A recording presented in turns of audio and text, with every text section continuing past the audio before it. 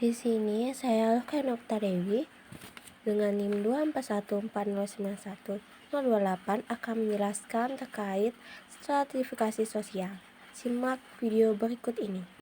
Stratifikasi sosial adalah pengelompokan suatu masyarakat secara vertikal yang memicu munculnya kelas-kelas sosial di masyarakat. Stratifikasi sosial dibentuk oleh beberapa hal seperti kekayaan, keturunan, pendidikan, keahlian, kekuasaan, kehormatan, dan gaya hidup.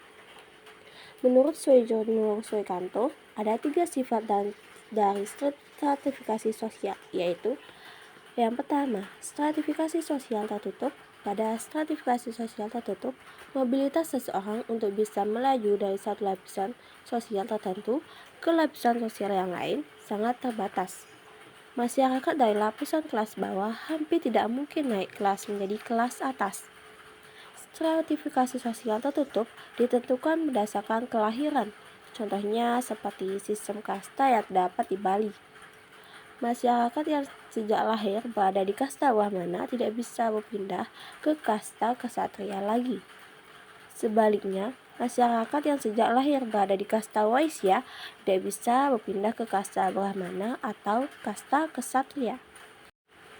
Dan yang kedua, stratifikasi sosial terbuka.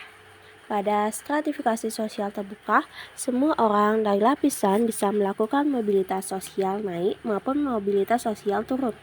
Dengan konsep tersebut, maka semua orang memiliki kesempatan yang sama untuk mencapai suatu status tertentu berdasarkan usaha masing-masing atau pencapaian. Contohnya, seorang anak dari keluarga ekonomi yang rendah dapat memperoleh status sosial yang lebih tinggi melalui pendidikan, seperti guru, dokter, pengacara, serta yang lain. Dan yang ketiga, stratifikasi sosial campuran. Perpindahan atau mobilitas sosial yang dilakukan individu dari stratifikasi yang tertutup menuju stratifikasi sosial yang terbuka. Contohnya, pernikahan yang terjadi antara individu dengan strata kelas atas dengan kelas bawah.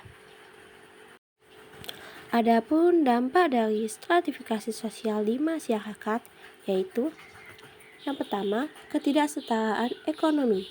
Stratifikasi sosial memperkuat perbedaan pendapatan dan akses sumber daya antara kelompok yang berbeda yang menyebabkan terjadinya kesenjangan ekonomi. Dan yang kedua, diskriminasi dan ketidakadilan.